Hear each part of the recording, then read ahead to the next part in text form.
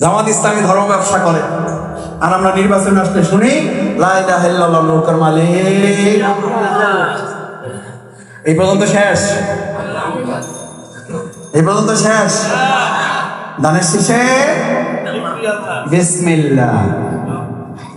ধর্ম ব্যবসা জামাত করে না সবাই মিলে করে? জামাত ইসলামী সারা বছর ইসলামের কথা বলে, সারা জীবন ইসলামের কথা বলে, আর আপনারাই শুধু নির্বাচনের কথা আসতে ইসলামের কথা তোলেন। প্রকৃত ধর্ম ব্যবসায়ী কারা দেশের মানুষরা ভালো করে জানে। আমরা আজকে এখানে ভোট চাইতে আসিনি, আমরা এসেছি এই লোকগুলো যেন আল্লাহর পক্ষে ভোট দেওয়ার জন্য সিদ্ধান্ত গ্রহণ করে। আল্লাহু আকবার, আল্লাহু আকবার। আল্লাহ আপনার পক্ষে আমাদেরকে ভোট দেওয়ার তৌফিক দান করেন। আপনার পছন্দের মানুষগুলোকে ভোট দেওয়ার জন্য আমাদের সিদ্ধান্ত নেওয়ার তৌফিক দান করেন। এই নির্দেশ জামাত ইসলামী। কথা কইলেই তো রাজনীতি।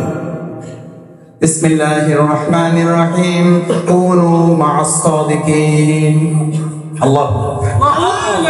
আল্লাহ নির্দেশ নামাজের মতো, রোজার মতো নির্দেশ। তোমরা দর্শকদের অনুসারী হও, গালা করতে, নেশাকারীদের, সন্ত্রাসীদের, সাদাবাজদের, দখলদারদের মা'আস সাদিকিন তোমরা অনুসারী হও, সত্যবাদীদের। কার নির্দেশ? জামাতের আমিরের, মাওলানা আবুল হাসান মায়ের, শফিকুল ইসলাম হাসান পুনাগারে। আরে ভাই, কার নির্দেশ জোরে বলো। এবার রাসূল কি বলেছেন সাল্লাল্লাহু আলাইহি ওয়াসাল্লাম? কি বলেছেন? আহা আন আব্বাস ইবনে আব্দুল মুত্তালিব রাদিয়াল্লাহু তাআলা قال যাকাত আমাল ঈমান ইল্লাল্লাযিনা আমানু। এক ঈমানদারের ব্যাখ্যা করতে করতে এবার শেষ। পরের তিনটায় আজকে যাইতে পারবো না, আবার যদি কোনোদিন স্মরণ করেন আসবো ইনশাআল্লাহ। যাকাত আমাল ঈমান, মাছের একটা স্বাদ আছে, মাংসের একটা স্বাদ আছে, তরকারির একটা স্বাদ আছে, মিষ্টির একটা স্বাদ আছে, ঈমানের কোনো স্বাদ নাই। আছে? স্বাদটা কি এবার শোনেন। মান রাদিয়া বিল্লাহি রাব্বা, তার প্রথম স্বাদ হলো তাকে আল্লাহকে রব হিসাবে গ্রহণ করতে হবে। এইভাবে আমার সাথে মুখস্থ করে যেতে হবে। আচ্ছা, খালি ওয়াজ শুনে গেলে হবে না, মাথায় এবং বুকে ধারণ করে নিতে হবে, নাহলে ওই নাতির মতো বললে হবে না। এত বছর ওয়াজ শুনলাম, দাদাই বললো আমার লুঙ্গি ভিজে না, তোর দাদি এক রাইতে লুঙ্গি ভিজা শেষ। নানা লুঙ্গি 12 বছরেও বেজে নাই, খাল পার হয়েছে। কিন্তু ফরজ তরকের ওয়াজ সে প্রতি বছরই। আমরা কি নানার লোক না নাতির লোক? জোরে বলেন পিছনে কার লোক? নাতির পক্ষের লোক। পারবেন লুঙ্গি ভিজাইতে প্রয়োজনে? আমাদের ফরজ টিকবে প্রয়োজনে, লুঙ্গিরা আমাদের জীবন রক্তাক্ত হবে। আল্লাহর একটা বিধান আমরা লঙ্ঘন করব না। কি বিধান? মান রাদিয়া বিল্লাহি রাব্বা, এর স্লোগানটা হচ্ছে আল্লাহ আমার রব, এই রবই আমার। আবার বলেন আল্লাহ আমার রব, আল্লাহ আমার রব। ও ভাইরা, আল্লাহ আমার রব, এই রবই আমার সব। এই রব যখন সব হবে, তখন আপনার ব্যবসায় বরকত দিবেন কে? আপনার ঘরে শান্তি দেবেন কে? আপনার সন্তানকে চক্ষু শীতলকারী বানাবেন কে? রাজনীতিতে সহমত, পরমত, সহিষ্ণুতা নিয়ে আসবেন কে?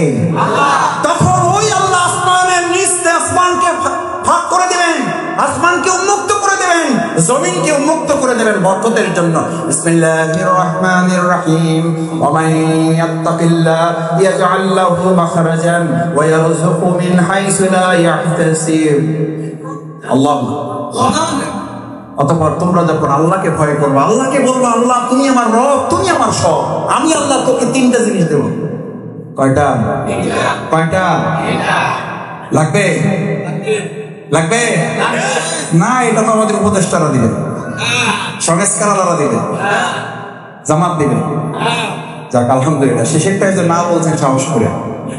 আর আমি এটা না বলতে বলতে যে জামাতিরা দেখছেন, আমরা বললাম সাদাবাজা রেডি হয়ে আছে। আরে ভাই, রেডি হয়ে আছে বলার মধ্যে দিয়ে যদি আমি ভয় পেয়ে যাই, তাহলে আমি 2টা অন্যায় করেছি। নিজ দায়িত্বে এটা আমি এবার ঘাড়ে চেপে নিয়েছি। চোরের মনে 2 উজু করা লোক সকালবেলা একজন তাহাজ্জুদের জন্য আর একজন চুরি করার জন্য নাক মুখ ধোয় না। তাহাজ্জুদ আল্লাহ মনে করতেছে এই দেশে তো আরো চোর আছে, এটা মনে করে। তাহাজ্জুদ আল্লাহ মনে করে আমার মতো তাহাজ্জুদ পড়ার লোক তো এই সমাজে আরো চোর। আল্লাহ মনে করে চোর আগে তো একা করতাম, এখন দেখি আমার তলে লোক আরো। আল্লাহ, এই গল্পগুলো কেন মনে রাখেন?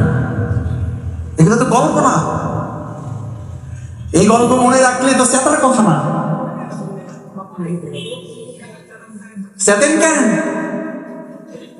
চেতেন কেন? আমি এই জন্য চেতবো, চোরের মনে সেজেই হোক। শফিকুল ইসলাম মাসুদ যে মনে করে আমার মধ্যে সোরামির অভ্যাস আছে, তাহলে পুলিশ দেখলে তো ভয় একটু হাত কাটার ওয়াজ যদি করার পর ভালো মানুষেরা ভয় পাবে না চোরেরা ভয় পাবে?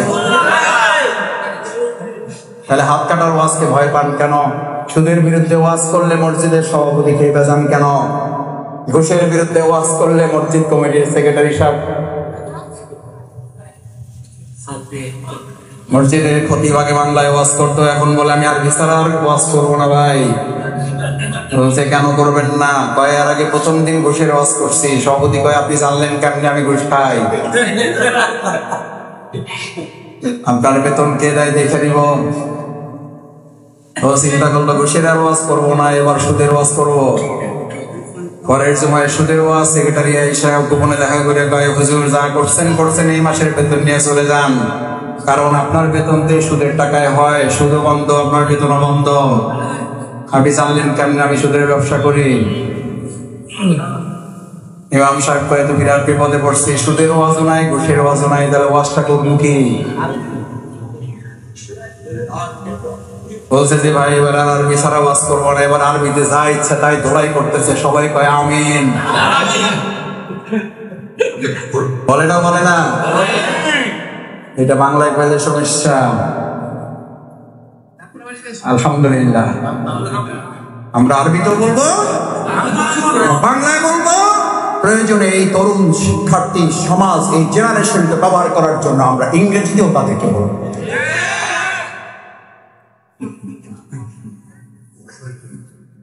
এই জন্য রাদিয়া বিল্লাহি রাব্বা, আপনাকে মেনে নিতে হবে এক আল্লাহ। আল্লাহ আমার রব। আমার তরুণেরা, আমার যুবকেরা এত কষ্ট করে, আমি জানি আমাকে ভিডিও দেখানো হয়েছে এই যাত্রাবাড়ি, যদি এখনো গাজার সাথে কেউ আসক্ত থেকে থাকে, আমার তরুণ, আমার যুবক, আমার প্রিয় ভাই, কলিজার টুকরা ভাই, তোমরা 2024 সালের জুলাই আগস্টে গাজার দোকান বন্ধ করে নেশার আসর থেকে উঠে গিয়ে এই জালেমের বিরুদ্ধে তোমরা লড়াই করে কেউ তোমাদের জীবন দিয়েছে। আমি জানি সেই যাত্রাবাড়িতে তোমার মুখের সামনে আবার কেউ গাজার ব্যবসা করবে, আবার কেউ নেশার দ্রব্য বিক্রি করবে, আবার অবৈধ অস্ত্র আমাদের হাতে কেউ তুলে দেবে। আমাদের রক্ত, আমাদের শহীদদের সাথে আর কাউকে বেইমানি করতে দেওয়া হবে না।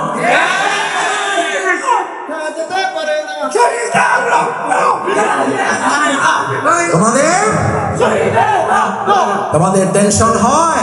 আরে ভাই, তোমাদের টেনশন হয়, তোমাদের প্রিয় নবী মুহাম্মদ রাসূলুল্লাহ সাল্লাল্লাহু আলাইহি সাল্লামের তো টেনশন হতো না? হইতো না? হইতো, টেনশন হয়তো। আমাকে অনেকে বলে, বন্ধু বান্ধব ইউনিভার্সিটিতে পড়েছি, কি রে ভাই কি করে এগুলো? কয় মাসুদ ভাই টেনশন, চিন্তা। আরে ভাই, রাসূল সাল্লাল্লাহু আলাইহি সাল্লাম তো পরিষ্কার তোমার জন্য টেনশনের ডায়াবেটিক দিয়ে দিয়েছে, অ্যান্টিবায়োটিক তো দিয়ে দিয়েছে তোমাকে। আসসালাতু আইনুল যিকির, সমস্ত টেনশনের অ্যান্টিবায়োটিকের নাম কি? নাম কি?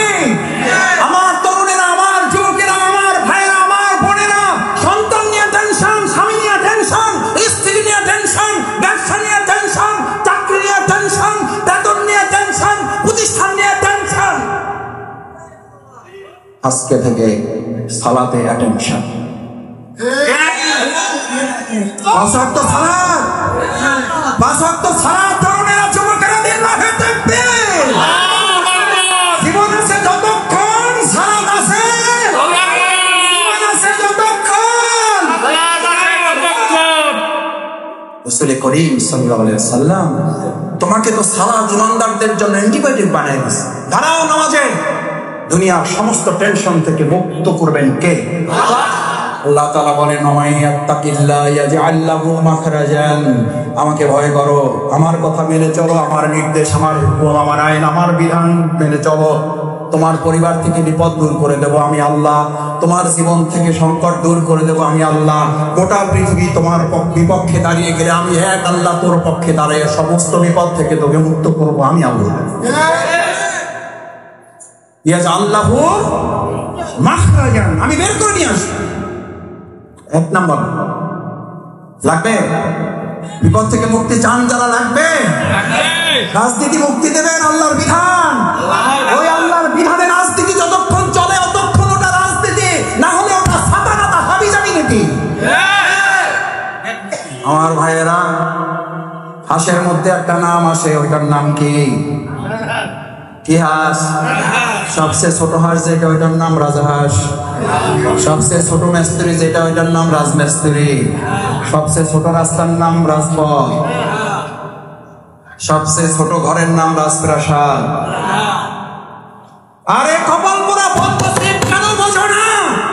হাঁসের মধ্যে বড়টা যদি রাজহাঁস হয়, মিস্ত্রির মধ্যে বড়টা যদি রাজমিস্ত্রি হয়, প্রাসাদের মধ্যে বড়টা যদি রাজপ্রাসাদ হয়, রাস্তার মধ্যে বড়টা যদি রাজপথ হয়, নীতির মধ্যে বড়টার নাম ইসলাম, ওটার নাম রাজনীতি, বাকিগুলো সাধারণ হাবি যাবে।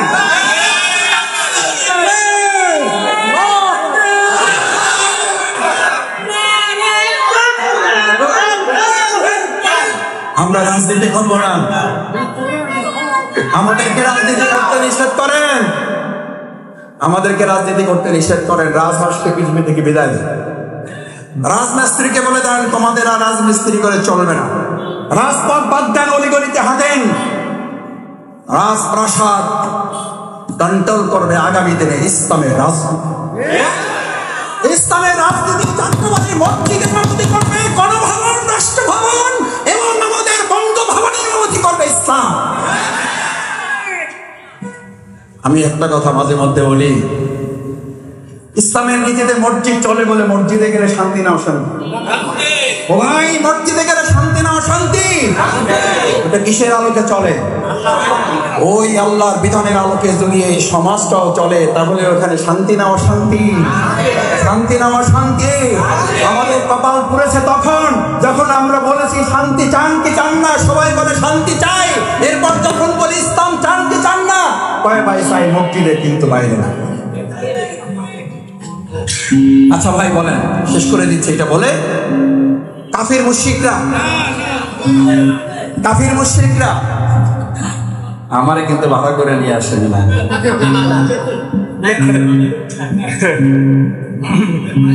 এটা পিছন থেকে বলতে পারবেন না হুজুর, প্যাকেট কিন্তু আমার হাতে। আল্লাহ মাফ করুন, আমাদের সব আলেমরা এরকম নয়।